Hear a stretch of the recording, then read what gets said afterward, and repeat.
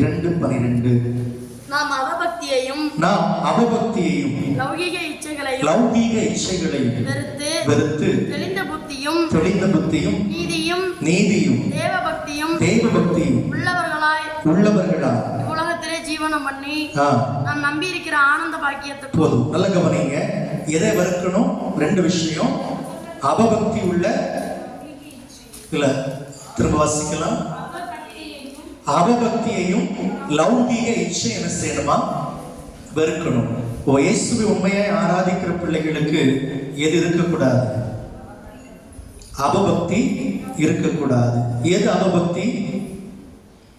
ஒரே வாயினால துதிப்பதும் சபிப்பதும் அவபக்தி. ஒரே வாயினால் அந்நிய பாஷையும் பல பேசுவது, வீட்டில் வைக்கிட்ட பேசுவதும் அவபக்தி தானே? சரிதானே? திருவிருந்து கர்த்தருடைய மாம்சத்தை இரத்தத்தை புசித்துட்டு மதுபானம் பண்ணுவது என்னதான்? அவபக்தி தானே?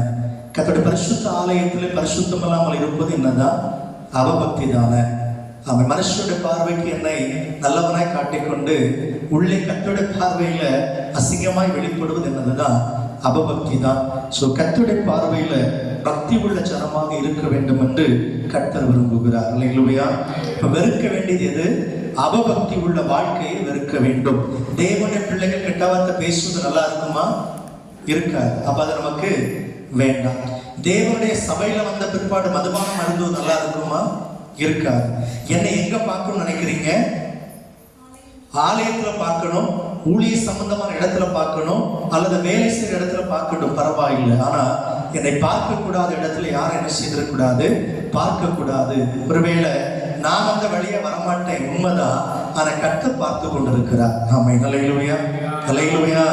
சோ அவபக்தி உள்ள வாழ்க்கை கண்டிப்பா இருக்கவே கூடாது.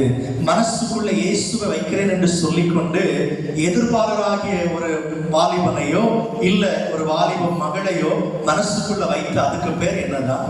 அவபக்தி தான். இருதயம் யாருக்குன்னு கொடுக்கப்பட்டிருக்கிறது? இயேசுவுக்காக. அந்த இருதயத்துல வேறு சிந்தனையோடு வாழ்வதற்கு பேர் என்னதான்? அவபக்தி தான். அப்ப என் பக்தி உலகத்துக்கு தெரியாது, வீட்டுக்கு தெரியாது. இன்னைக்கு தம்பிமா தங்கச்சிட்ட செல்போனை படுத்தீங்கன்னா அம்மா பக்கத்துல இருந்தாலும் போர்வை மூடி டைப் பண்ண தெரியும்.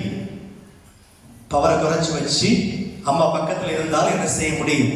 அழகா செல்போனை டைப் பண்ண தெரியும்.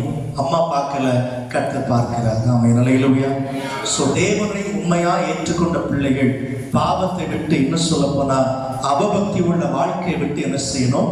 வெளியேறி நல்ல வாழ்க்கைக்குள்ள வர வேண்டும் என்று கர்த்தர் விரும்புகிறார். இல்லைன்னா கர்த்தருடைய சீசர்களா இருக்க முடியாது.